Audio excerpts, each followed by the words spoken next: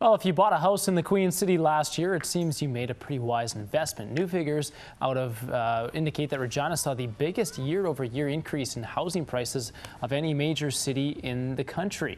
Now, Stats Canada says prices in the city have increased almost 6% in value since this time last year. That compares with a mere 2.4% average nationwide. The big jump is being linked to recent jumps in the price of land, building materials, and construction industry wages. That's right, incredible numbers. And from that, not only do you have to, make the investment of your time to do your due diligence, your homework to figure out what you want to buy or if you want to sell, but you also have to do that with respect to your realtor. And right now, I'm joined by Andrew Ring from Remax Crown Real Estate Limited. Thanks for being here. Thank you. And so let's talk about it. Let's just start off. There has to be a connection. We have to start off with that between that realtor and a prospective client. Right. We often hear that realtors all do the same job, which is the farthest thing from the truth.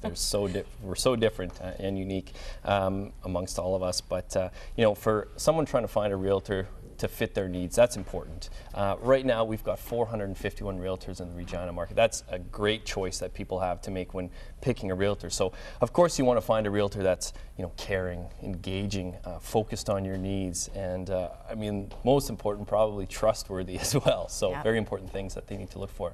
Because it is a large investment of your cash, but it's not just your money, it's even your emotions, because you can make a bid on a house and be outbid right afterwards too.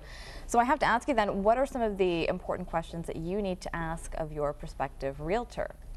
Yeah, there's great questions you can ask to find out, if you're working with the right realtor, or if the realtor you've picked is going to be, good for a fit for you. So, it's like anything else. When you're looking to hire a contractor for a house, electrical work, plumbing, whatever it is, you'd get references for those individuals. You'd find out, were they able to complete the job?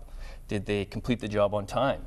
Were they able to finish it to how you had, talked about in previous? And lastly, were they able to finish it in the sense that there was no problems at the end of the completion of the job, that they didn't have to come back and fix things. So that's no different with realtors. Get a reference for one if you want. Ask them if they can provide 2 or 3 contacts of previous clients that they've worked with that can give them information on were they prompt in returning phone calls, did they complete the job in a timely fashion, things like that. So there's a few other questions you want to ask them. How long does it take for you to sell a property? Big question. Absolutely. Average days on market right now is 27-ish days to sell in Regina. So, are they under that? Are they over that? What's their list to sale ratio percentage?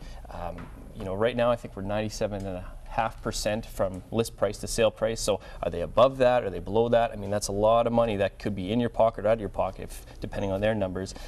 What's their marketing strategy? And, are they overall just, a good person to work with, and that can help out with the references. And that's huge. You have to have that real balance. And then finally, so you've asked all these questions. What are some of the things that you need to use to be able to determine the value of your realtor and how they're going to deliver for you? Right. Well, that's the big one. Everyone kind of looks at us and says, well, it's an intangible service. You can't touch it. You can't feel it. So how do you justify the value that we bring to the table? So, a lot of people, and I've been caught with this, I'm sure some other people in the studio have been caught with this, you sort of get what you pay for, unfortunately, in this world. And I've been a victim of that, and it ended up costing me more money at the end of the day because I had to pay more to have someone come in and fix the problem. So at the end of the day, from these questions you ask the realtor, you're able to determine the value he can bring to you in your situation. I understand people's circumstances are different, so some people have to unfortunately go with, maybe a cheaper commission rate. But, if the realtor through those questions you've asked are bringing the value to you,